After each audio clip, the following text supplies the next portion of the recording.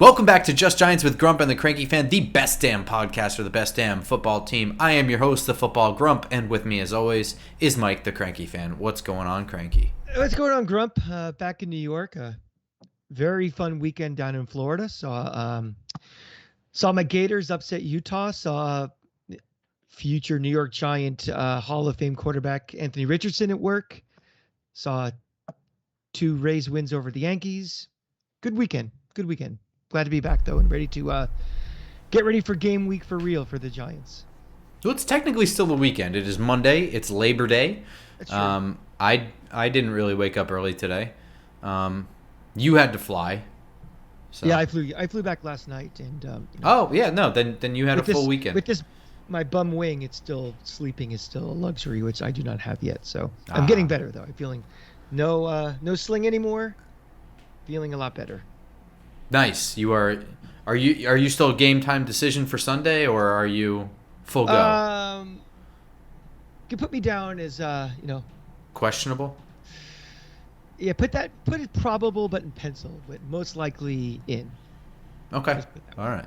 Yeah. This is kind of a light one here. We're just kind of reviewing the 53-man roster. We knew that there would be a massive churn, and that it would take some time, and that whatever the initial announcement was not going to stay the same. The Blake Martinez news forced us to do an episode early, but this is really when we kind of wanted to do this anyway, and it's a good thing we did because a key piece was added today. But starting off with the Blake Martinez thing that we had to do on Thursday, we recorded that for Friday, correct. I believe. Yes. Yeah. No further news on that one. That one is still a bit of a mystery as to why it was mutual, how in any way it was mutual, what was behind cutting a starter. So no further news on that. I imagine that we will probably hear sometime after he signs with a new team. Yeah, I agree. Because I'm sure another beat writer is going to ask him. Well, first of all, he probably doesn't want that information coming out or discussing it while he's negotiating with other teams. I mean, wants to, think about it. If you're looking for another job, you want to talk about your last employer before you have the new job. So I think there'll be radio silence on it, and there'll be some sort of, a comment will be made, maybe it's introductory press conference or who knows what. But at the end of the day, that's yesterday's news. Let's move on. It's time for the season. And I think, that one transaction was blown out of proportion by people, I think, who are looking for reasons to criticize this offseason and this, front office and coaching staff and stuff, where there really has been many reasons to criticize.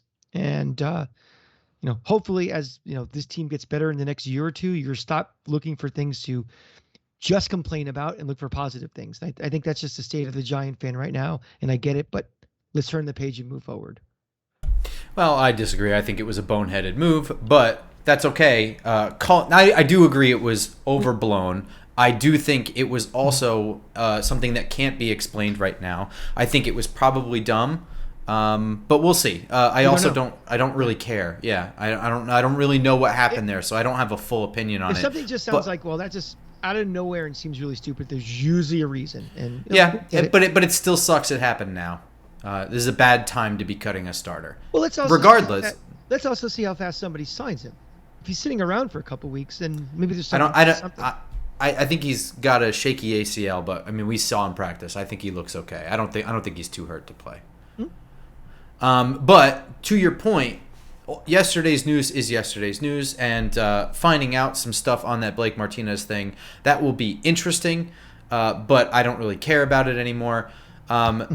Today's news is it's official. Mike Kafka is calling plays. I don't know why this is news. This is what we expected from the beginning, right? I think because people wanted just to hear it more than actually being news. I mean, he's been calling plays throughout preseason. He was very involved in, preparations during training camp. I think just people want finality. They want to hear it from the head coach's mouth that this is what's going to happen. So you got your confirmation. Nothing changes as far as I'm concerned, what I expected or anything. And he's the offensive coordinator calling plays. So let's just move forward. There it is. Yeah.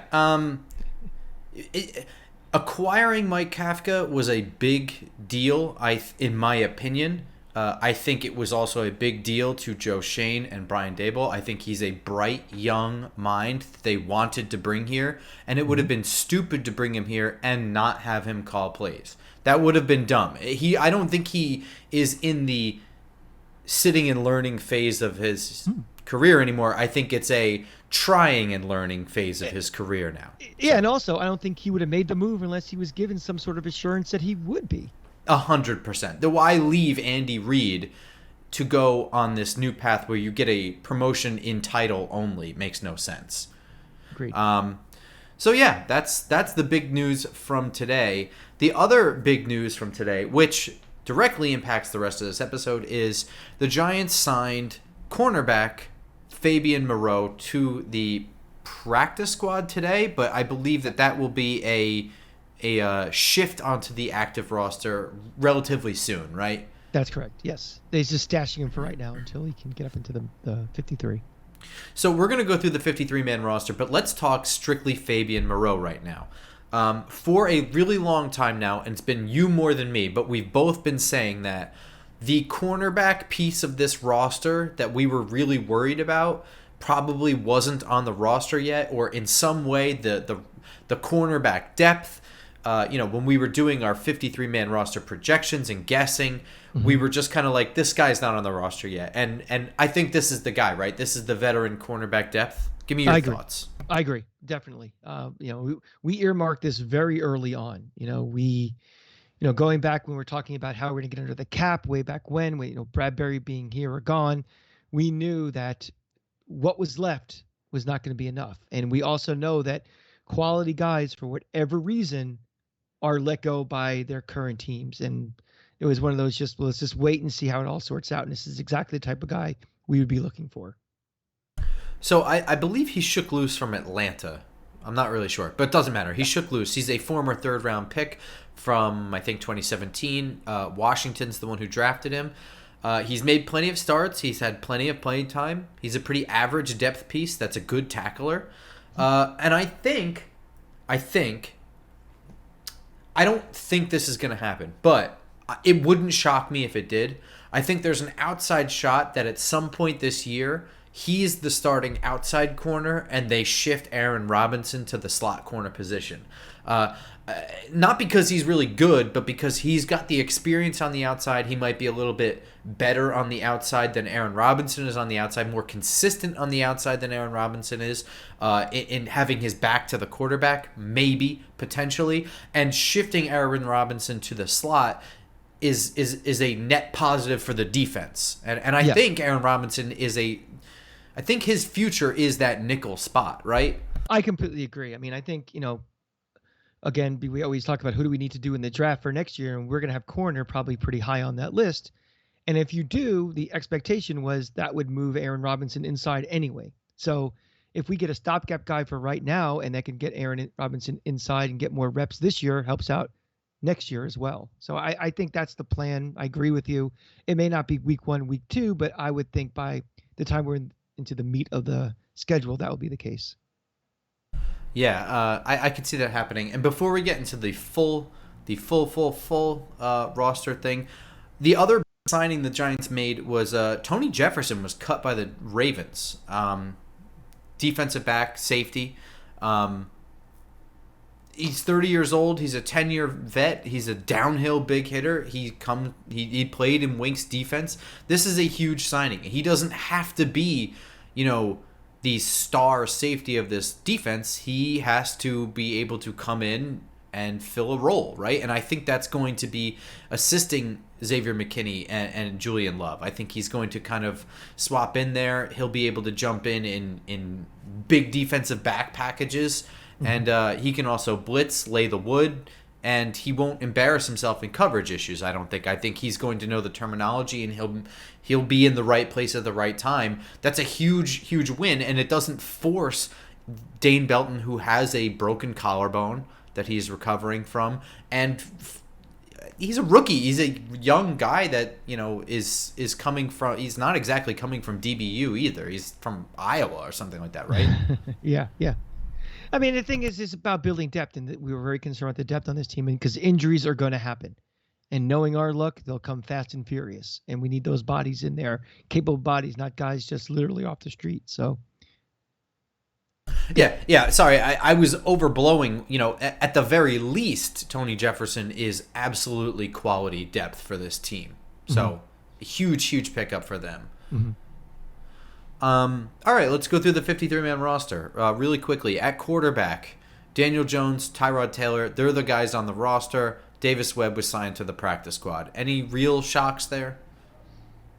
I mean, at the end of the day, we figured 3 quarterbacks would be there. I guess the route of the Davis Webb being, cut and brought back in the practice squad was a little raising an eyebrow a bit. But at the end of the day, we got what we wanted anyway, and that's fine. Yeah, that's kind of how I feel. When it initially happened that they cut him, I was like, whoa, that's kind of interesting. But I don't know, man. I thought that was kind of risky. I thought there was an outside shot he could get signed to another team. Well, that was my right? question, because he played relatively well in preseason. Did you think there was ever a chance? I mean, what is his ceiling really in this league? It's really as a backup. So the question would be, does someone... Yeah, I guess there was a really, really, really low chance that someone else was going to get him. But I guess I get nervous because he did play kind of well, and I don't really know every team's quarterback depth issues. You know what I mean? I guess my only concern, and this is conspiracy cranky talking, is that you expose him and a team like Philly or Dallas picks him up just because they can pick his brain of what he's learned. They can fuck with him? Yeah, I guess. Yeah. Hey, you kind of ran this formation, this set. What kind of tendencies? But again, that's just my crazy mind thinking. But I don't think that's that crazy. Oh, the mind's crazy. Trust me. Well, you're crazy. I don't think that's that crazy. Yeah. But fortunately, that didn't happen, and we're good. Yeah, and Davis Webb is here, where he is on track to be a coach in some capacity, perhaps even the quarterback coach next year. Let's put it this way: if Davis Webb ever hits the field this year, we have a lot of bigger problems than that. We keep saying that, but it's still better than Jake Fromm. Oh, that's true, but I mean, if he's playing, that means Daniel Jones is significantly injured, which is going to hurt with that decision-making process, or Daniel Jones is so bad and Tyrod Taylor is either bad or hurt also. So I mean, you don't ever want to have your third-string quarterback playing, period, even if he's effective. 100%. Yeah, that was more of a it's very difficult to top how bad last year was kind of statement. That's the silver lining on it. If we have to go down to the third string, it's not going to be a situation where we're going to have to, No, I mean, we saw it. He at least looks like he can run the offense. Yeah, we're not going to be kneeling on second down on the 3-yard line with him as our quarterback. Running back, 4 guys made the roster: Barkley, Breda, Williams, Brightwell, Jashawn Corbin. He made the practice squad, so that was kind of cool. They managed to keep all 4 guys, and Corbin, I thought, he didn't really do anything that separated him to break into that group. If Brightwell weren't already here, a draft pick from last year, and playing all 4 special teams and returning kicks, I think he would have made it. But either way, his spot on this team I don't think changed at all. He's got a lot of developing to do. He's also kind of a little guy. I think he needs to hit the weight room pretty hard. Mm-hmm. And that's why we have the practice squad for developmental prospects like that. Yes, sir. Wide receivers. This one...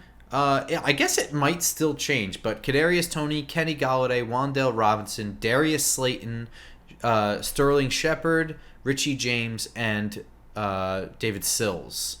That's the group. David Sills does make the team. He has survived a full week since roster cutdowns.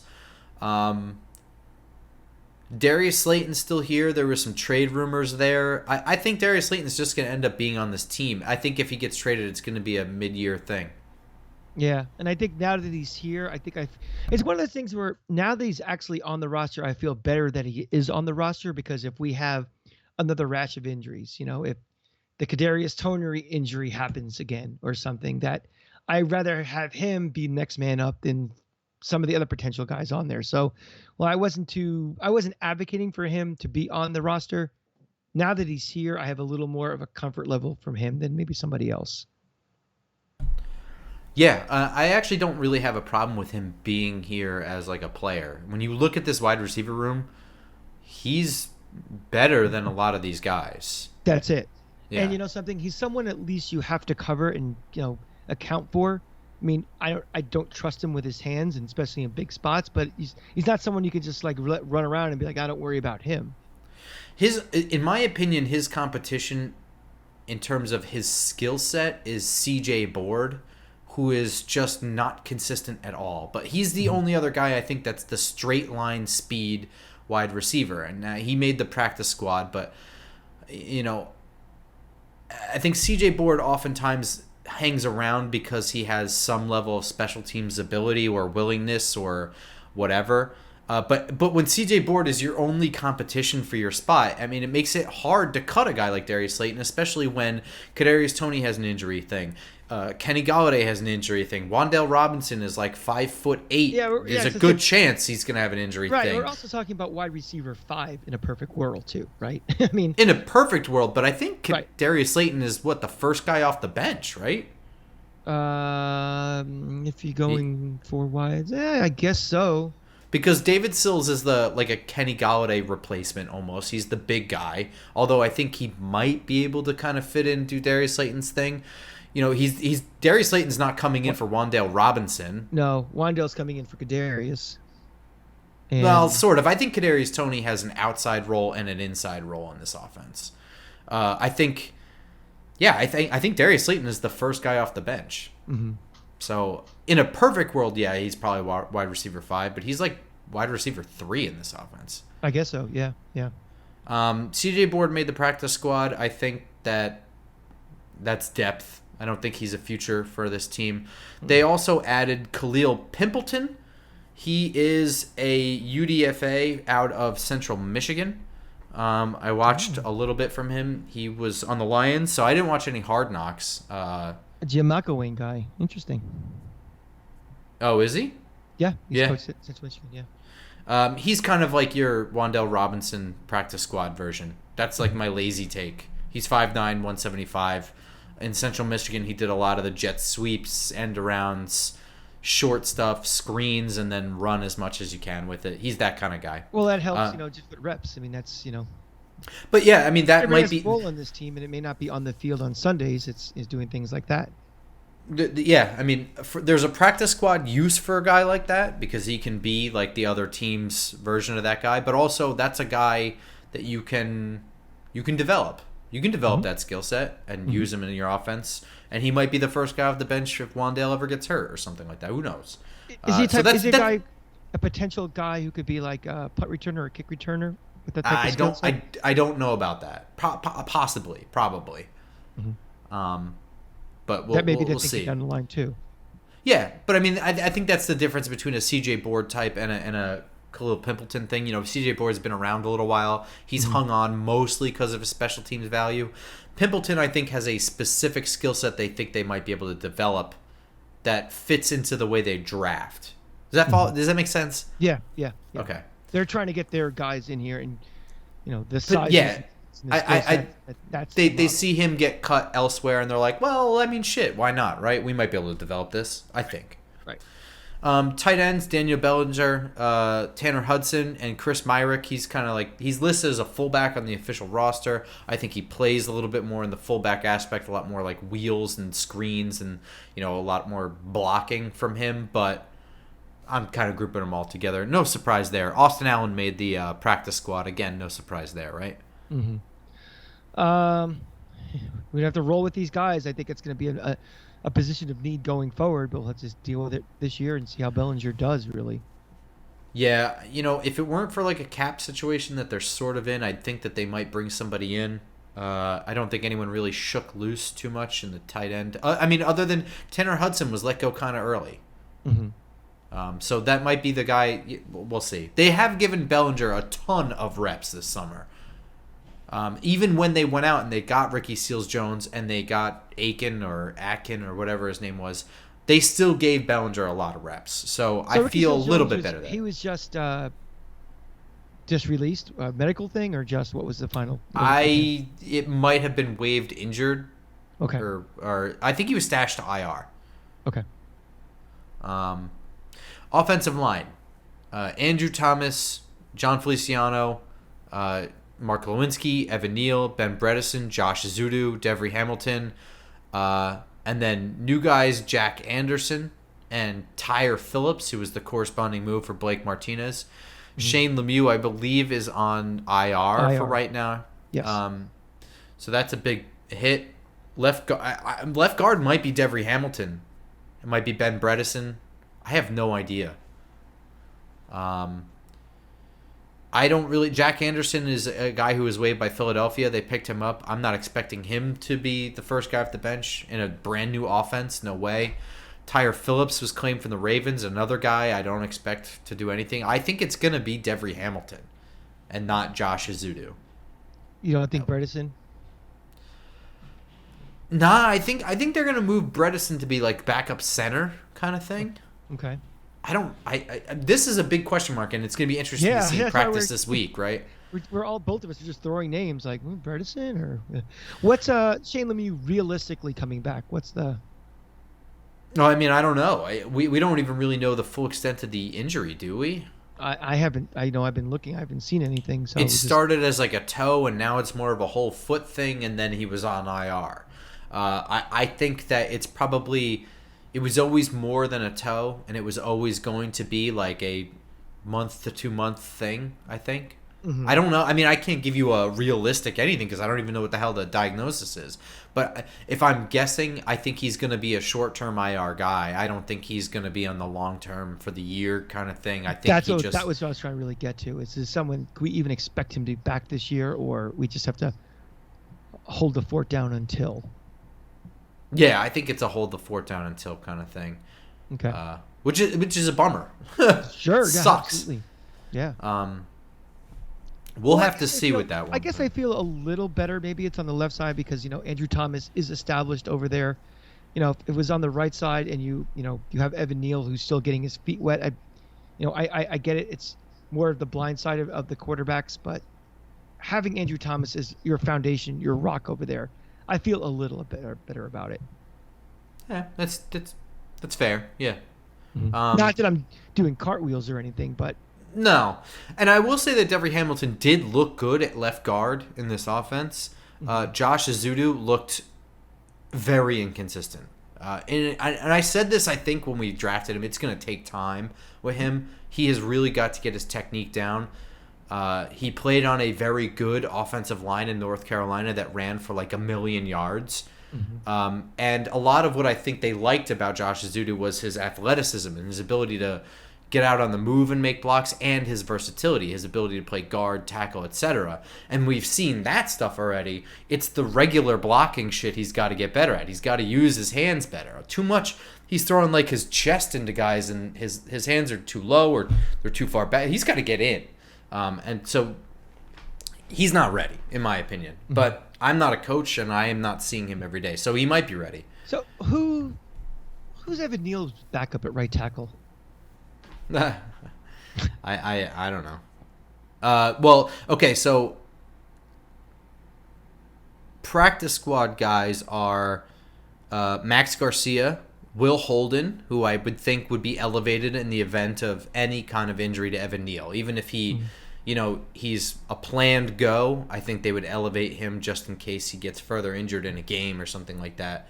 But Will Holden, I would guess. But, Josh Azudu might be that guy. I don't really know the deal with Jack Anderson or Tyre Phillips. The reason I don't think it would be either of them is because they don't know the first thing about this offense. Right. Yeah. How could they? So I don't think it could be either one of them. I would think it would be either Josh Azudu moves straight to tackle, or Devery Hamilton moves from left guard to tackle and they throw Azudu in at guard. So he's got to stay healthy, and he has to be pretty halfway decent. Those don't sound like the most comforting solutions right now. They don't. I also don't know. I mean, they might be rolling with this for a week, and they might elevate Will Holden just doing some roster jockeying, and they know that both tackles are healthy right now, so they're not worried about it. Mm-hmm. This roster is going to churn the bottom end of it for like another 2 to 3 weeks, especially when a team is bad like this. Right. Because they're constantly going to be looking for guys to upgrade. There are guys on this team that they don't want on this team.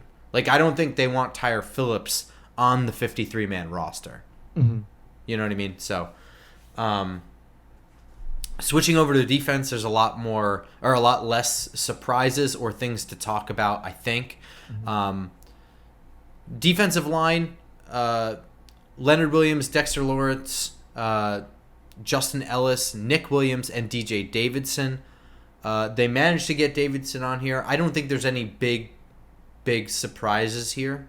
Mm-mm. Not really. All of those guys, Ellis, Nick Williams, they looked good in the preseason. They earned their spots. DJ Davidson started to come on later on, but he's a draft pick, so he kind of had an inside track at a position. Leonard Williams and Dexter Lawrence are going to be a big part of this defense. They're going to be, big names. Absolutely. The edge position, Kayvon, Azeez Ojolari, Jihad Ward, O'Shane Ximines, and Tomon Fox. This one is a surprise. Tomon Fox is not really better than Quincy Roche. He's not. He might be more of a pass rusher, but Bobby on Talking Giants had like a whole meltdown about this move. He's a big Quincy Roche guy. I'm not as in love with Quincy Roche, but I will agree that it makes no sense that Quincy Roche is on the practice squad. He's a better player, I think, in every facet than O'Shane Ximines. Is there a salary, is there a cap component to this because we're trying to save every penny we can? It wouldn't make any sense to me. I mean, Quincy Roche is in the second year of his signing. He was waived last year by the team that drafted him or took him. So it's really, there's no, we're just playing with... I don't know. I don't know. This might just be like a thing where... Look, Quincy Roche has now twice not made an initial 53. He was cut by the team that took him. He has now not made the 53 and was signed to the practice squad here. This is the third front office that's evaluated him and not got him on a 53. Look at Pretty much, yeah. I mean, you look at it this way, is that this isn't the first time for him. There might be something outside of football about him that's making this happen. That's all I'm saying. I don't know. He seems like a decent guy. I haven't heard anything that says that. But football-wise, it makes no sense. And now this is the second time. I mean, when he came here last year, he was already like the best edge guy we had beside Azeez. So there definitely seems to be a little bit of a pattern going of guys for football reasons don't seem to make sense why they are making moves. And yeah, but Blake Martinez was a signing that was a vocal leader. He was an integrated part of the last regime. This was like a mid-season pickup by the last regime. And what about what's his name earlier in Oh, well, again, Logan Ryan was another big vocal captain leader of the last regime.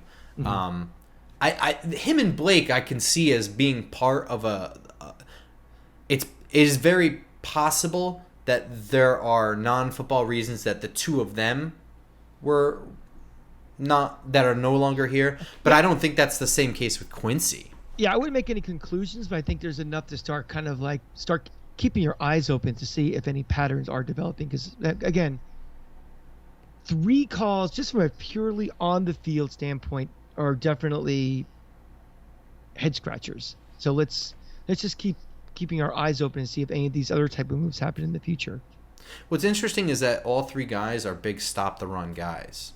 Like, not that Quincy Roche is a big stop-the-run guy, but keeping O'Shane Ximines over him says something about setting the... I mean, O'Shane Ximines is terrible against the run. It's, in my opinion, it's the reason he never stuck with Patrick Graham is because he can really only rush the passer. And even that, he doesn't do particularly well. He has like a one move and then fail kind of thing. He doesn't really ever have like a next step kind of thing in his mind. I think we should also, before we start making any conclusions about these things, let's let the season play out and see how these guys actually do. Mm-hmm. Yeah, before we say, because the preseason, we're not really seeing what Wink wants to do. So but it is a head scratcher for me. I think Quincy Roche is a better all around edge guy than O'Shane Ximines and Tomon Fox, but he didn't make the team. They also picked up Charles Wiley, Chuck Wiley, if you will. He was cut by the Ravens. I assume that he knows Wink Martindale, but he's on the practice squad right now. Not much to talk about with him. Okay. Linebackers, we already went over Blake Martinez, so we're not going to talk about that. But Micah McFadden, Tay Crowder, Austin Calitro are the main guys, and then you have Cam Brown and Carter Coughlin. those are kind of more special teams dudes. But Carter Coughlin, I think, is more of a possibility at playing linebacker if the situation presented itself and they needed to do that than Cam Brown. Cam Brown strikes me as more of an edge guy with like his length and speed. I'm just looking really quick at the depth chart here, and I'm looking when these guys were drafted. Just, 7th round pick, a 6th round pick, 3rd round pick, a 2nd round pick. Where you don't have any real like blue chip guys out of that list, or just super talent. We have a lot of guys that are like, for a guy like Carter Coughlin, who is Mr. Relevant, to be back again for a 2nd year. I just want to see how this plays out. That this may be a need that we really need to address, maybe in next year's draft, getting more of a stud up there. Yeah, and you know what though, I agree with you. There's not really like big star power in the linebacker group, and yet I thought the linebackers have looked really good in the preseason and in practice. Mm-hmm. I don't know if it's just the defense or what it is. And let me kind of preface that a little bit, because I don't always make that direct, well, if I have 4 5-star guys, that means my college teams win the national championship. Or if I have 4 first-round picks, that means it's just the odds are, first-round picks will develop into more solid NFL players than 4th-round picks and 5th. So you want to have as many chances for success based on guys you have. So it's not to say that a Carter Coughlin won't be with this team for 5 years and be successful. It's just the odds of it happening are less. So 100%. No, you're making an absolutely valid point. I mean, yeah. When I list those guys that are playing linebacker, none of them have a name and none of them have draft status. Mm-hmm. You don't need to have draft status to be good, and you don't have to have a name to be good, but it's more likely that you would be good if you had one of those. And now the entire linebacker group has none of those. So it's fair to say that the linebacker group should be a concern. I'm not currently too worried about it personally, because from what I've seen of this defense, they've looked okay. I don't really know why. I can't quantify it. My assumption is that the defense, with the talent they've had on the defensive line and the way the scheme is set up, I think it might just make it easier on the linebackers to just have an assignment and do it. And maybe there's a lot less thinking. So younger guys can just be athletic. They can just play. They have an assignment and they're just going to play. That's my best guess. I really don't know, and I'm not super X's and O's to really look at the film, especially like preseason film where I'm not really sure what level of defense we're running here. Right. But I feel okay with Micah McFadden and Tay Crowder right now. And from a general roster standpoint, that's not what I want. And let's let this season play out. Let's not make any, after week 2, our minds made up that, we have to move on from Carter Coughlin, for example, in this defense. I think it's, new system, new defensive coordinator, a lot of new bodies. It's going to take some time for this to gel before we can really say, okay, we have to make it, weak side linebacker isn't a problem we're going to have to adjust next year or something. Correct. Moving into the defensive backfield, corners that are currently on the roster: Adoree Jackson, Aaron Robinson, Darnay Holmes, Cordell Flott. Then newly acquired Justin Lane and Nick McLeod. On the practice squad, there is also no corners. Oh, I'm sorry, that's a lie. No, we Fabian Moreau, yes, which we just talked about, but we think he'll cycle to the active roster soon. And Zion Gilbert, who impressed in the preseason and practice portion of the year. Little bit of info on both Justin Lane and Nick McLeod. Justin Lane is a former 3rd-round pick of the Steelers. He's a decent cover corner, in my opinion. He looks back to the quarterback pretty well. He looks good playing back towards the line of scrimmage. And he's a good tackler. I think there's going to be a premium on, if you can't get your corners to be fantastic man cover corners, they at least need to be able to play back towards the line of scrimmage well, like coming downhill. If they're going to blitz in any capacity or play what's in front of them, they should at least be able to do that, and they should at least be able to be good tacklers. I think that's the thinking here, because we know Wink Martindale said that you can't get your corners with Uber Eats or whatever.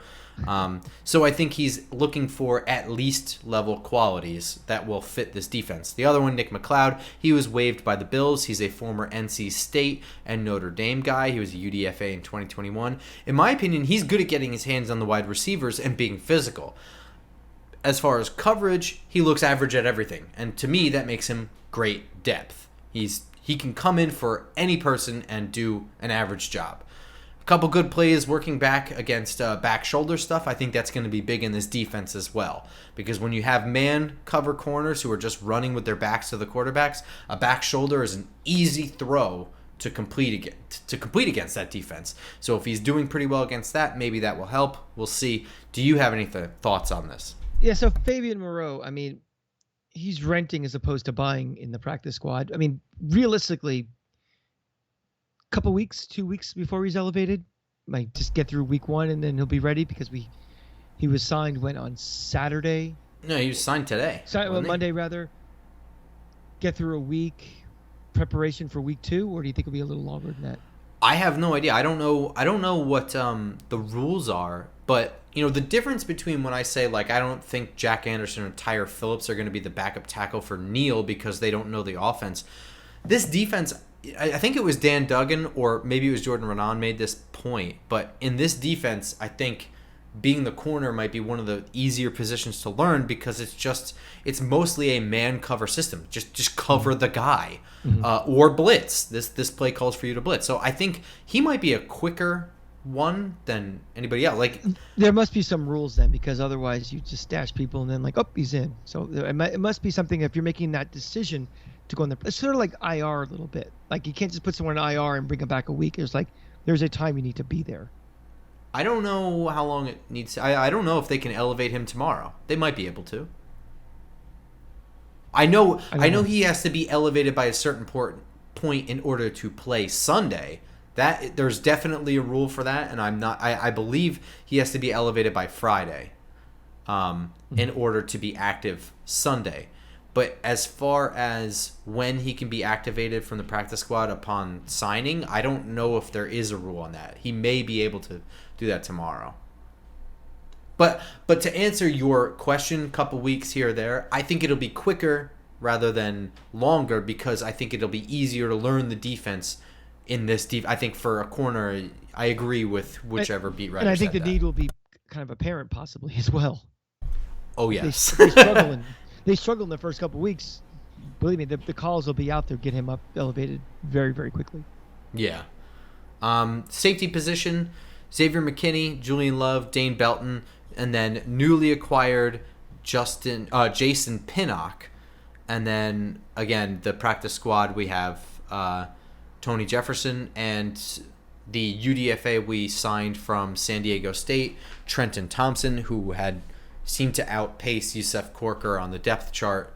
I like the practice squad group for sure. I think Trenton Thompson definitely showed some stuff. Tony Jefferson should be activated to the regular roster probably soon. Let me tell you something. If the practice squad was his own league, I'd feel pretty comfortable with this team right now. Jason Pinnock is someone that I believe Bobby already did a really good video on. He was claimed from the Jets, 5th round pick from Pittsburgh, out of Pitt. Mm-hmm. He's still learning the safety position. He's converted corner, so that shows some more his athleticism. He's more athletic for the safety position, probably aggressive, able to tackle well. The bigger thing here is that Jets fans were really surprised that he was cut. Really surprised because he had looked so good. Mm-hmm.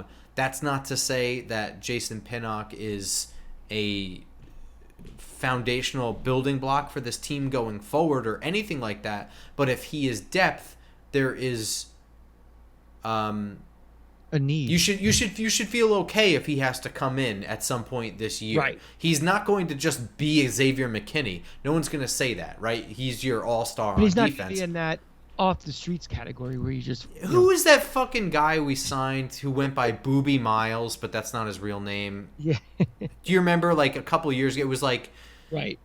I think it was the 2018 Dave Gettleman. That dude fucking sucked. I would not expect him to be that. No.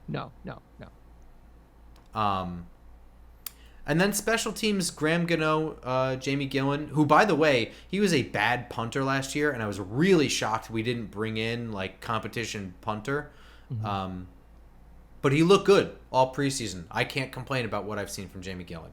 And Casey Kreider, no surprises there. I'm assuming Graham Gano is out of the concussion protocol, though I haven't heard that. And Gillian's also the holder, too. Yes. Does that give him any extra value? I mean, if you can't hold as a punter, then I'll get a punter who can. Okay. Right? I mean, is that a silly... Like, fuck, punters got to be able to punt. I'm more concerned about my offense moving forward than my punter having a good punt. But if my punter can't also hold, I'm going to be pissed off. Right. At that point, I would... If Jamie Gillen couldn't, I would vouch for Tyrod Taylor to learn, personally. Do you agree with that? Having a backup quarterback do it? Yeah. Broken play, I want someone who can throw. Mm-hmm. And Tyrod Taylor who actually can move around too, and be cool about it. Right. He's not going to be freaking the fuck. I mean, he probably is. We don't need some horrible highlight. They'll be on ESPN for the next 30 years or something embarrassing. I mean, we've all seen it. The San Francisco play from the championship game. All right, I don't want to talk about that. Still too soon. That's it. That's the roster. Sandro Platzkummer, I think, was only they have temporarily. We have Darius Slayton as punt returner and kick returner. I don't think that's going to stay the same. I don't think so either. I think that's going to be Gary Brightwell. Because, to me, Darius Slayton, A, has never shown an ability to do that thus far in his career. B, he's been not really doing well. I don't even know if he's been practicing it. Did we even see him back there with the group catching it? I don't remember, no. Gary Brightwell is the first guy I've seen look halfway decent this year doing it. He's on the 53-man roster for that reason, in my opinion. Well, this depth chart I'm looking at has Richie James as the backup kick returner. I could see him as Richie James. I could see as a backup kick returner and as a backup punt returner. Mm-hmm. They have Adoree Jackson as the backup punt returner. I don't want Adoree Jackson anywhere near special teams. Nope, me neither. If he goes down because of that, we're setting up a chain of events that could be a nightmare, and it's not worth it. I would rather them sign me and not even pay me to do it than have Adoree Jackson do it. I'll catch the ball. I will do this every time, and I'll catch it. That's fine. Right. I'll fair catch it. I'll fair catch it the moment the ball leaves his leg. I don't care. It'd still be better. That would still be better. That's it. That's the 53-man roster. Coming up this week, we will have our first regular season episode, and that will be a preview of the Tennessee Titans Week 1 matchup at 4:25 in Nashville. Right? They play in Nashville? It's in Nashville, yes. So we'll hooray! Be back. I'm excited. We'll be back in your feeds on every Friday again going forward. No more once a week. You'll have football season. This to me, I believe this today, Monday. This marks the start of the regular season to me because this is the week of practice, right? This is game week. You're doing your game week. Install. You're prepping for an opponent. You're not just prepping. You're not prepping to determine who your roster is. You're not determining who your depth chart is. You're not determining all that other nonsense. It's we have a game this week, and this is who we're playing. This is how we're preparing for that. To me, the season starts now. Correct. The NFL week is Monday to Sunday. Mm-hmm. All right. So with that said, we will have that episode for you Thursday morning, as usual on YouTube, Google Play, Spotify. Sorry. Correct. Friday morning, as usual on Friday morning in the usual places: YouTube, Spotify, Google Play, iTunes, etc. That will be there. And in the meantime, as the week goes and news comes through, we might have some roster churning. We might hear some things about practice. We might hear about some injury elevations, people coming back from injury. Be sure to follow us on Twitter, where we will have all that information more up to date and immediate. I'm at @football_grump. He is at the Cranky Fan, and he will also tell you about some FL team stuff. Yes, I took a little sabbatical the last couple of weeks after coming back from surgery, but I have a lot to say, obviously, about the Florida game Saturday night and Rays Yankees this past weekend. So if you want to hear a little more analysis about what I think about Anthony Richardson, future Giant superstar. Head over to the FL Teams YouTube channel. Probably, I'd say, tomorrow they'll be up there, and be my thoughts. All right, everyone. We will see you later this week. Go Giants. Go Giants.